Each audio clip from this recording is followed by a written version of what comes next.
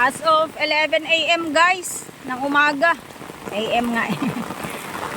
Malakas pa rin ang ulan. Tignan nga natin kung may bunga ang ating tanim na okra.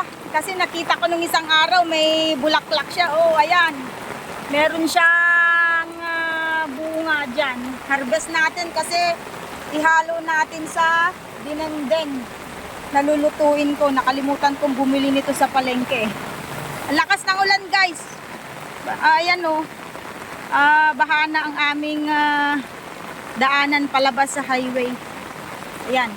Para't mag-harvest tayo ng tanim na, actually tanim ni mother ito, ni MIL, mother-in-law. Ayan, ang unang harvest. Ayan. Tapos meron pa akong nakitang isa dito. Ito, yan, nandun. Nagpupubli. 4 na araw na po guys na umuulan.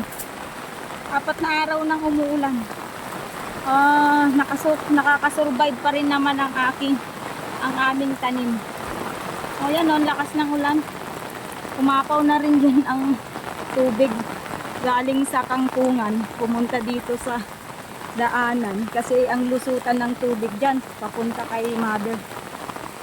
Tingnan naman natin yung tanim kong saluyot guys kasi kulang ito, pampadulas. Kailangan natin ng collagen.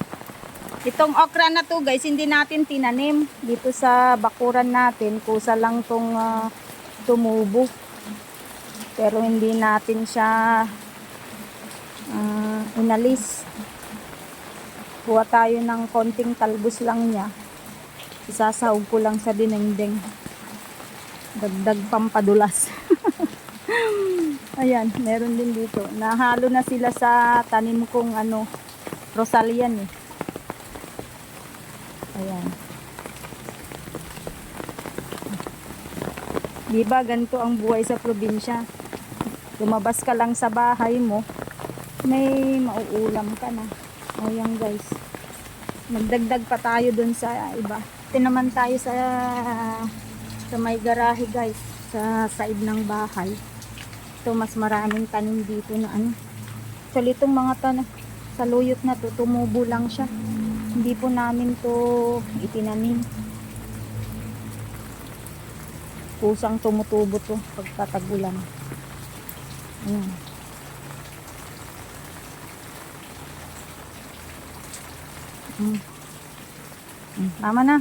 Tama na to.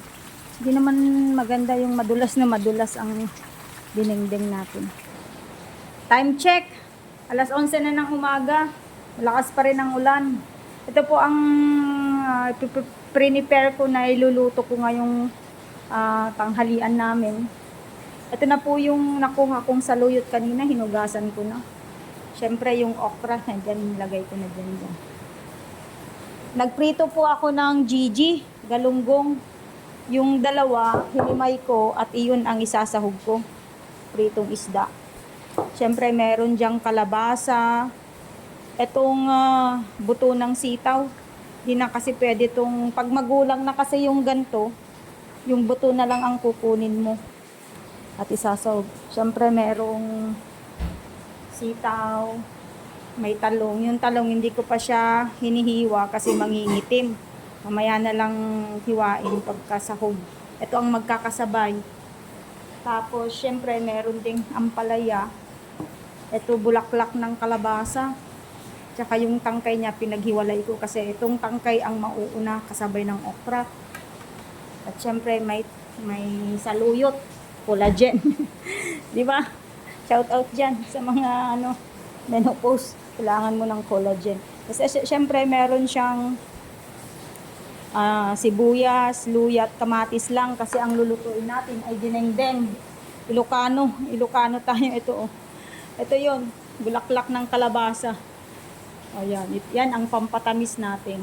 Syempre, kung ang dinengdeng sa Ilocano, hindi nawawala ang bagoong isda na galing pa ng Pangasinan.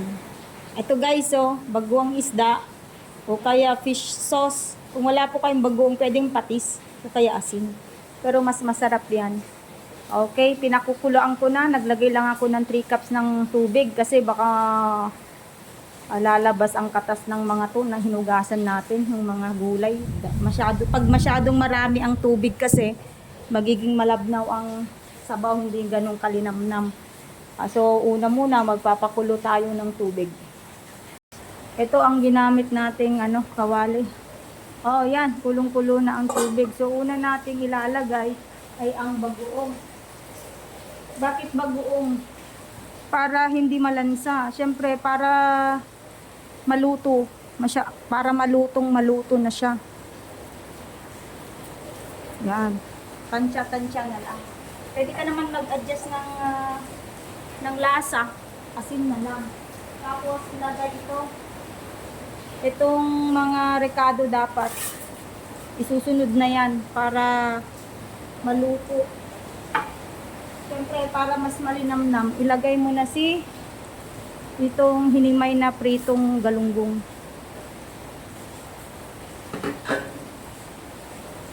Ganyan lang guys, pakuluan natin ng siguro 2 minutes yan.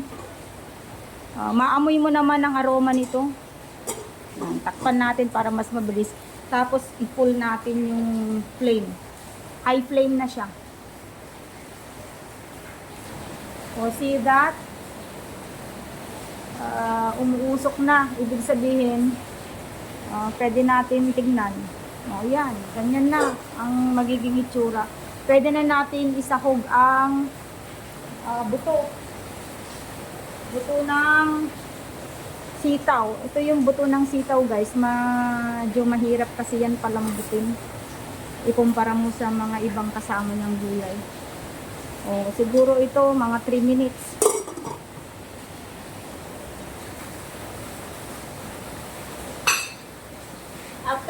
After 2 minutes, pwede mo nang ilagay ang kalabasa. Yung kalabasa kasi na yan guys, hindi pa ito yung, alam mo yung hinog. Yung hinog, hindi pa yan hinog. Kaya ibig sabihin malambot pa yan. Hinarvest nila na hilaw. Yung hindi nila pinapahinog sa puno. Hindi masyadong, ibig sabihin, hindi masyadong magulang. Kaya madali lang yung maluto. Siguro, extend muna natin yan ng another 2 to 3 minutes. Takpan natin para madaling maluto. Ayan, maamoy mo na. Maamoy mo na yung aroma. Diba? Mabango. After 2 minutes, tignan na natin. Pwede na natin ilagay ang sitaw at ang talong.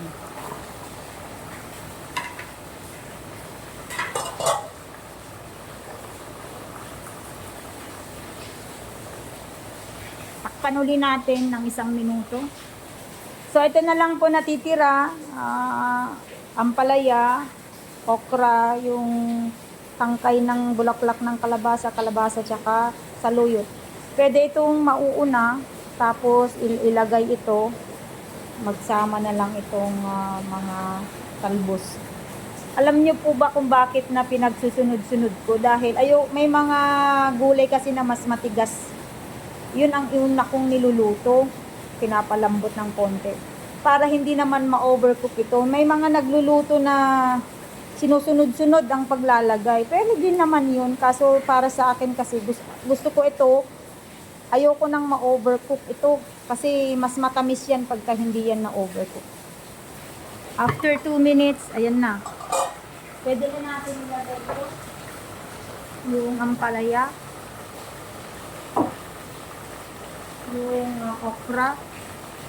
Yung tangkay ng kalabasa. Ang saluyot. Itong saluyot kasi dapat hindi naman yan madaling ma-overcook. Tapos maglagay na tayo ng konting asin. Feeling ko yan matabang. Tapos itong magic. Maglagay tayo ng magic. Tansya-tansya na lang guys according sa inyong panglasa. Ayan. Takpan muna natin. Basta ang pinaka madaling maluto yung talbos ng, yung bulaklak ng kalabasa. After 1 minute, ayan na. Tignan nyo, diba? Fresh pa rin siya. Hindi pa siya yung na-overcook. Yung ayaw ko kasing sinasabay yung ampalaya sa dito. Kalabasa kasi mapait. Mapait kasi. Ayan. O, diba? Sarap. Gulay is life. Ayan. Pwede na natin ilagay ang bulaklak. Madali lang to talaga maluto. Mas manamis-namis yan pagka hindi yan ma-overcook, guys. Siyempre, takpan natin. Bisitahin na natin. Naamoy ko na. O, diba? Para hindi pa rin siya overcook. Pwede mo naman pang ilalinin. Luto na yan. Oh, luto na. Oh, lambot na yan. At least hindi lamog yung ulam. So, syempre, tikpan natin.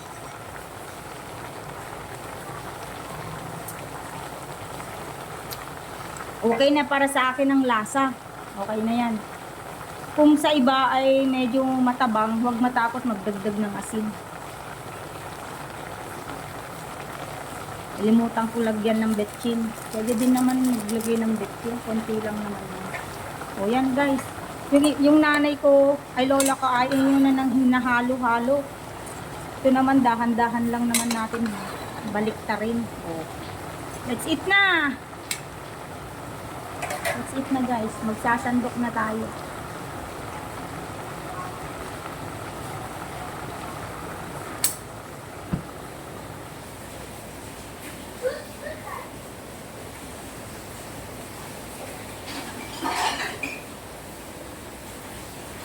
Time check, 11:50. 11:50 ang oras. Ayan na yung talbos ng kalabasa. Hindi pa rin siya overcook. Ayan.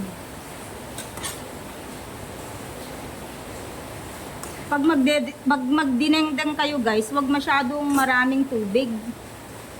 Katamtaman lang. Mas madami lang konting tubig kaysa sa pinakbet. Yun ang dinengdeng. Oo, diba? That's it!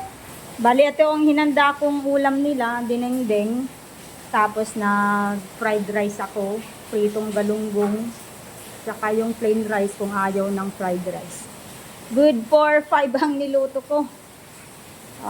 Pero ito, masyadong marami sa amin. Pwede naman panggabi pa. Ayan, that's it guys.